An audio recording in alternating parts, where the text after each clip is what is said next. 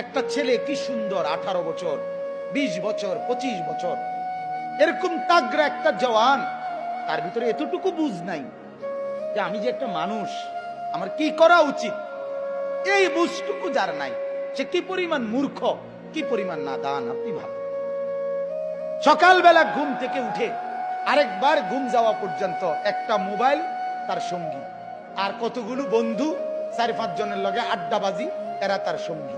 Error লগে একবার খারাইয়া মুতে, একবার বৈশা মুতে, একবার মোবাইল চায়, একবার নর্তকী দেখে, একবার নাচ দেখে, একবার কানের মধ্যে ইয়ারফোন লাগাইয়া গান শুনে, একবার মাইয়া দেখলে এটার পিছে পিছে হাঁটে, আরেকবার বেডি দেখলে এটার পিছে পিছে হাঁটে, একবার অসভ্য কথাবার্তা একজন আরেকজনের মধ্যে আলাপ সালাপ করে, আবার কতক্ষণ গেমস খেলে, আবার কতক্ষণ কি আপনার এই মোটরসাইকেল ফাইলে মোটরসাইকেল চালায়, হ্যাঁ, শিক্ষার হই হুল্লুর।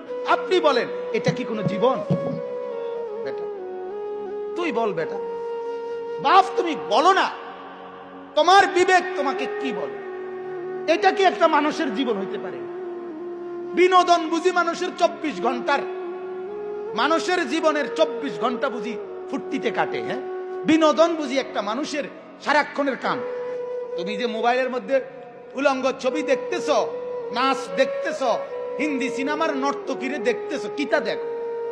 এটা তো প্লাস্টিক না, কথা বলেন না কেন? তা তুমি কিতা উপভোগ করলা? তুমি কিছুই তো মূলত উপভোগ করলা না। যে মায়ের পিছনে তুমি প্রেম করো, আরে কি উপভোগ করলা তুমি? হুদা পয়সা না খরচদার তোমার, তোমার কতগুলো টাকা ছাড়া আর কি যাইতে আছে? তোমার শরীরের যৌবনটা নষ্ট হওয়া ছাড়া আর কি হচ্ছে লাভ? আপনি বলেন। কিন্তু কে বুঝাবে? বেকুবের বুদ্ধি কম থাকে। আমি সবসময় বলি, জালেমের বুদ্ধি কম থাকে, নাফরমানের বুদ্ধি কম থাকে। কথা মনে রাখবেন, এটা পাপীর কি থাকে? বুদ্ধি। পাপীর বুদ্ধি কম। আপনি যদি বলেন কই কাফের বেঈমানরা কত যন্ত্রপাতি বানাচ্ছে, হ্যাঁ, তাদের বুদ্ধি কম না? এগুলো কোনো বুদ্ধির কিছু না। এটা মালিক আল্লাহ কোরআনে স্পষ্ট আছে, আমি পৃথিবীতে যখন যেই জিনিসটি যখন যেই মুহূর্তে বানাবো, এটা আমি আমার কোনো না কোনো বান্দার মাথাতে আমি এটার ফর্মুলা ঢেলে দেই, সে এটা করতে থাকে। কথা বুঝছেন কিনা? আপনি নয়তো যে বেটা ট্রাক বানাইছে তারে আপনি মোবাইলটা বানাইতেন কোন? খেতে কমায় পারি না, কাফারস টাকা তুই এত বড় ট্রাক বানাইতে তুইটা বানাইতে পারছ, এটা তো ছোট। কথা বলেন না কেন? না না, এটা ছোট বড় লইয়া কথা না।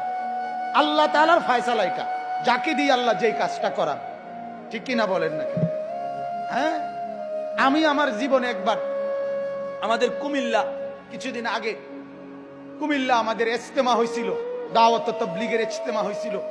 তখন ওইখানে আমরা মাদ্রাসা থেকে গিয়ে গিয়ে মাটি কাটছে ছাত্র ওস্তাদরা। আমি 3টা কোপ দিছি, মাটির কোপ, মানে কোদাল দিয়া আমি কাটিয়ে গেছি, হুইয়ে গেছি।